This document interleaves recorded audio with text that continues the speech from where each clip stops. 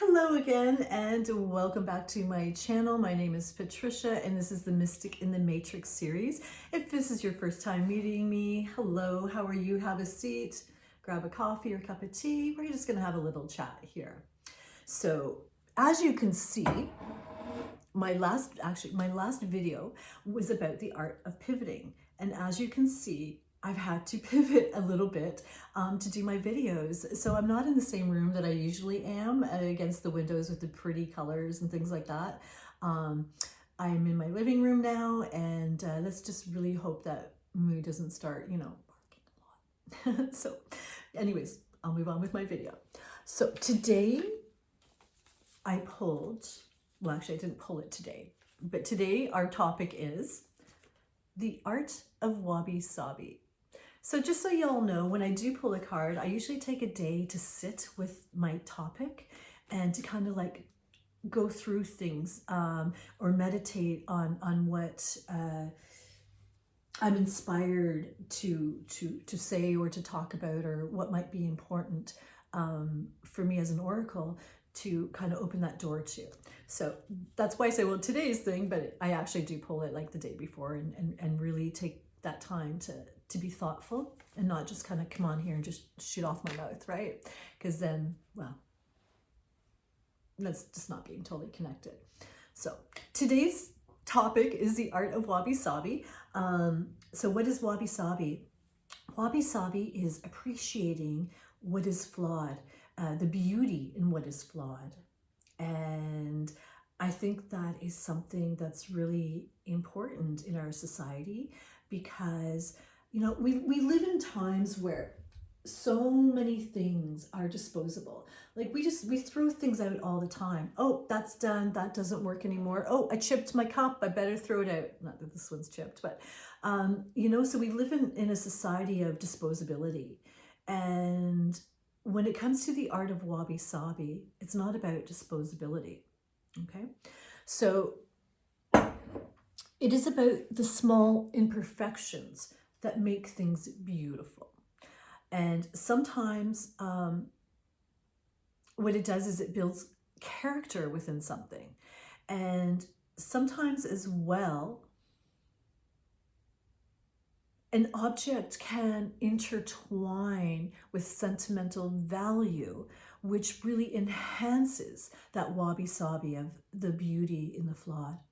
So for my example for that today is going to be this big honkin' beautiful blue teapot.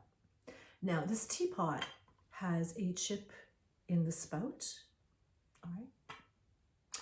Now, when I chipped it, I wasn't happy with it and went, oh my God, there's Wabi Sabi, it's so beautiful. No, of course not. I was like, oh shit, I just chipped my teapot. But over time, and because of the sentimental value, the sentimental energy and memories and what have you are a part of this. So the history of this teapot is, for Christmas, I had asked my children's grandmother for a big honkin' teapot so that I would have a big enough teapot for our family dinner parties. And so I received this teapot and I fell in love with it. And then I chipped it. But I continued to use it because it meant a lot to me that Grandma had purchased this for me for my Christmas present. And she's no longer with us anymore. She's in spirit, but not on the planet as Grandma. And so it has even more value to it. But this little chip just shows us about the flaws, the things that can happen in life, and that things are still usable, and that things can still contain those memories. They can still bring us those joy. So this is my Wabi Sabi teapot. I love it. It's beautiful. And I will continue using it until there's until it really breaks. But I'd like to go a little bit into the humanness of Wabi Sabi.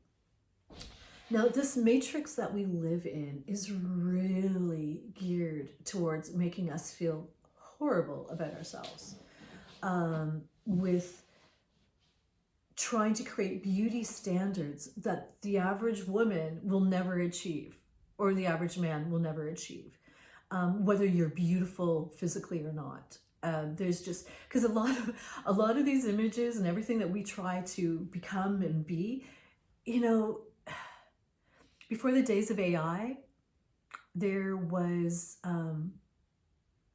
editing with airbrushing and things like that to change people's images. And then people caught on to it and they're like, holy shit, okay, I shouldn't be doing that. But now we've got AI. And that's really changing the reality around us of what standards, beauty standards, might look like. So I think it's really important to not lose track, to not get swallowed up by those standards, and to really look at what is beauty. You know, I so hope we get back to that again in our societies, to really be able to see what true beauty is. And I think the art of Wabi Sabi, when it comes to humanness in our beauty, is all those little flaws that we personally have is what brings each and one of us our character. Our noses, our eyes, our mouths, the way we move our mouths, our teeth, our bodies. You know, we are not perfect. I don't think nobody's perfect. Nobody that's perfect.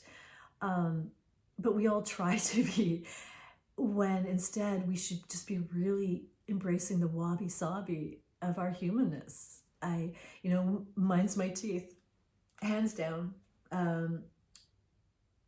A lot of us Gen Xers probably do have really crooked teeth and stuff because we didn't have the dentistry back when we were kids like they do today. And for those who actually did get braces and things,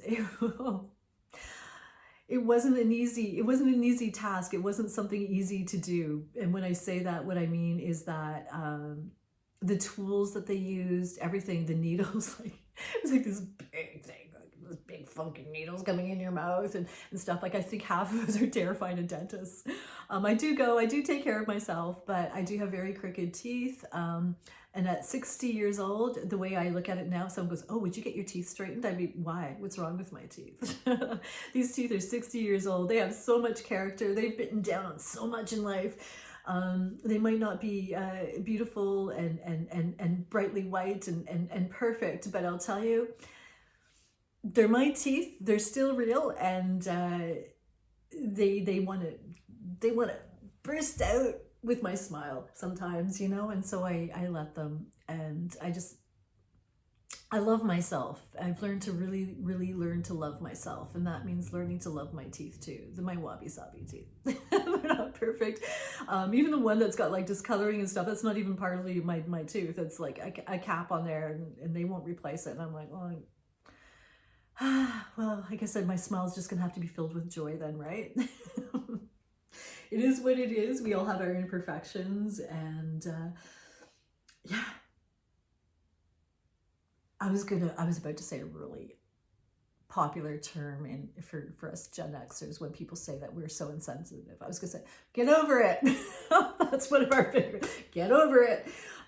Yeah, sometimes you do. Sometimes you just got to get over something, right? And just not play into it. But anyways, so our flaws build character. They build character within ourselves.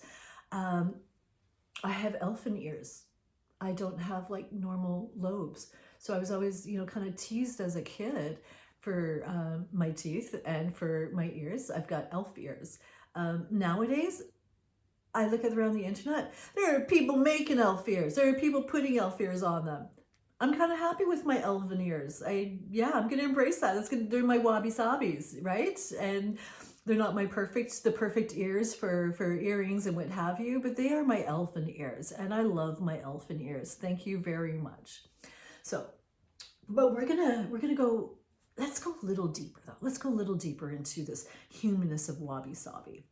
When a person feels broken, embracing the art of Wabi Sabi is really crucial and a big part of healing.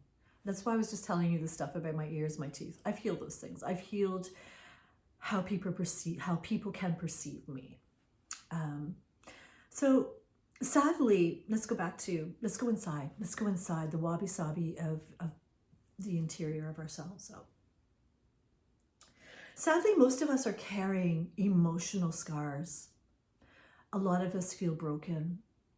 a lot of us feel unfixable. Is that a word? Unfixable.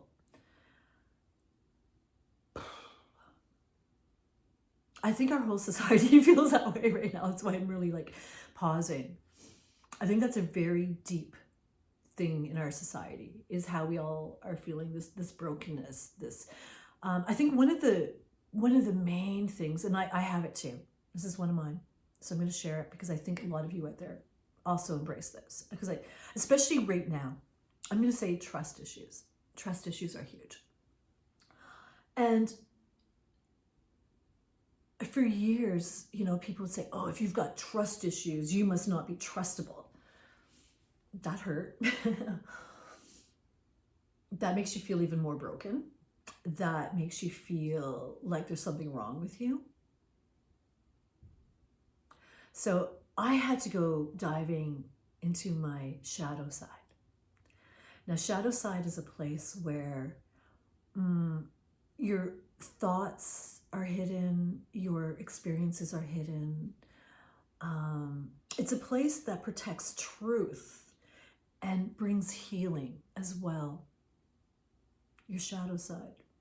A lot of people think it's a dark place to go. Yeah, it can be, because, that's where we like to keep things that we don't want to talk about or don't want to be showing other people. But your shadow side is a place where a lot of healing is done. As a shaman, it's one of my bridges. Shadow world, world of light.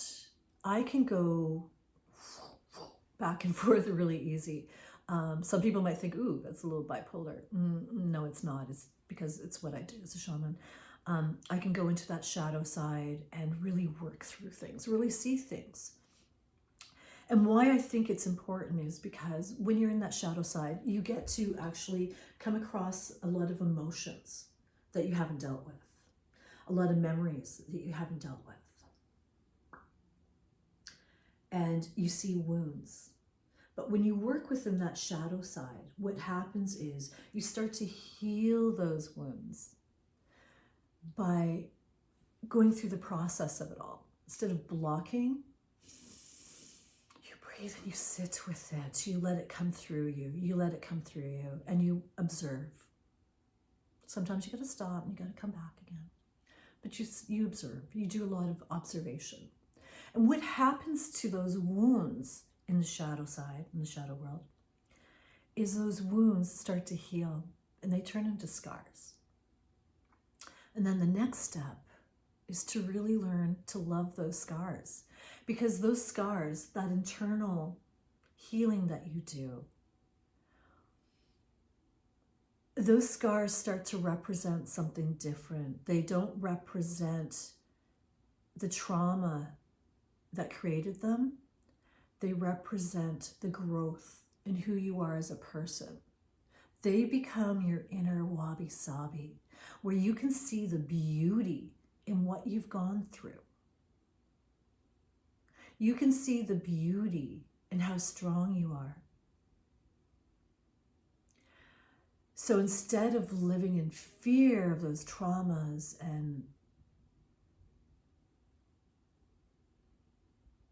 or words that maybe somebody said over and over and over again, the not enoughs, the you're ugly, you're a loser, like all that shit that the friggin' mean people of the planet want to instill in you, that created wounds within you.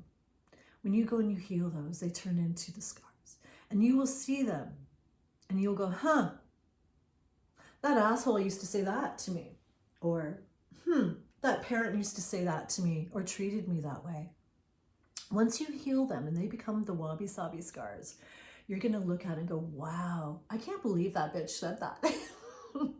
You're going to say, they were wrong. I see that scar. I feel that wound a little bit still. But boy, were they ever wrong, because they didn't see this beautiful side in me. But now I can see that beautiful side in me because I've actually had to sit down with it in my emotional body and talk to it and feel it and move through it and watch it change and grow. And damn, I'm a badass. I'm a badass. I'm not that victim.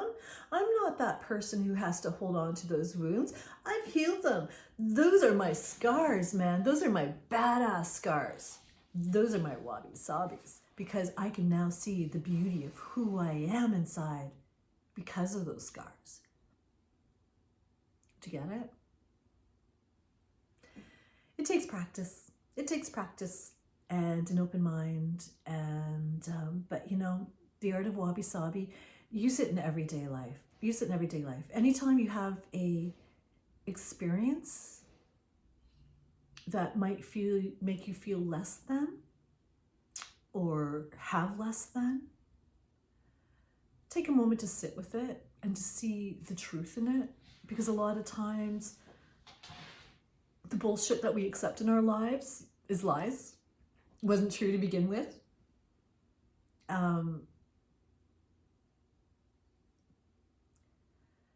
Yeah. The Wabi Sabi. So when you stand in front of the mirror, getting ready, instead of looking at yourself and thinking something's a flaw, ask yourself, how many people do you know have that? Not too many? Well, I guess that's one of your special things then. Because I bet you people look at you and they say, oh my God, I love their nose. I love their chin. I love their ears. I love the way they talk. I love their voice. I love all their characteristics about them. I think a lot of people, I would, I would personally, my kids would laugh at me. I wish we lived in a freer world to say things, because sometimes I'd like to go up to people. I don't do it because I know that it's not acceptable and I have boundaries. You gotta have boundaries. You gotta be careful what comes out of your mouth, right? Not everyone's our friends, and not everyone appreciates having people come up to them, especially a stranger, and saying something. Once in a while I do, though. Once in a while I do. Sometimes if I feel it intuitively and I think, oh, this person needs to hear how beautiful this is, I will actually go up to them and go, this part of you is so beautiful. I just needed you to know that. Have a beautiful day, and I walk away. Yeah, sometimes I do it, but I know it's not something that's good to do because it is a boundary thing, and but I like to think that most people would appreciate it. I think we live in a society where we're always, like I said, we're always hiding our flaws, whether it be our thoughts, our visuals, or what's inside of us, or even our clothing. Oh, some people, oh, this is another thing too. Yeah. Like some clothing, like somebody will say, oh my God, do I ever love that jacket? And it can be kind of ratty looking and stuff. And they're like, oh my God, thank you. This thing has been with me for years. It's been through so much. I really value it. Sometimes I'll say to people, I love your nose. You have the cutest nose I've ever seen. And they're like, but then you see it. You see, our soul knows that our imperfections are a part of our beauty. And yeah, sometimes, so if you just see things, or with yourself, maybe not speak it out loud like I do, because, I'm that mom. Or intuitively, sometimes even spirit will go, oh, you gotta go say that, you gotta go say that. I'm like, I don't want to say that. And I go and I do it anyways. If I'm really pushed to do it, I'll do it. I will be the oracle. I'll say it because that person really needed to hear it that day. And sometimes that overrides what I feel. I'm willing to look a little crazy just to be able to make sure that whoever spirit wants me to validate for them, I will do it. I will do it, but me, the human, kind of goes, I'm not going to do it if spirit doesn't push me. I think that's a good compromise. Anyways, I'm going to end this here. So enjoy all your Wabi Sabis and enjoy creating them, embracing them, and growing and turning all those little scars into something beautiful. Imperfection is going to become the new beauty standard. Just wait for it. It's coming. I feel it. Anyways, sorry. I keep forgetting to do this because I don't really like push my agenda or anything like that out there. But Wah! Make sure you like, make sure you subscribe. And hey guys, any topics you want me to chat with you here about, please leave it in my comments, because what I do is I write them all down, throw them into a bowl, and I pick them out from there. So yeah, well, and then I put them on nice cards and put them in envelopes. So please make sure if you have a topic for me, I would be happy to go about it, and put it in my bowl. And then when Spirit says it's time to do it, we'll do it. Okay. Anyways, have a beautiful day. I hope you like my new background. And Wushka was really quiet. She did really, really well. So she's having her little nap. She's tired. We just came back from a walk. So again, I'm hanging up the phone now. Are we almost done? Do you guys ever do that? Okay, bye. And then you don't hang up. All right. See y'all. I'll go pick another card for our next topic. Take care. We'll see you.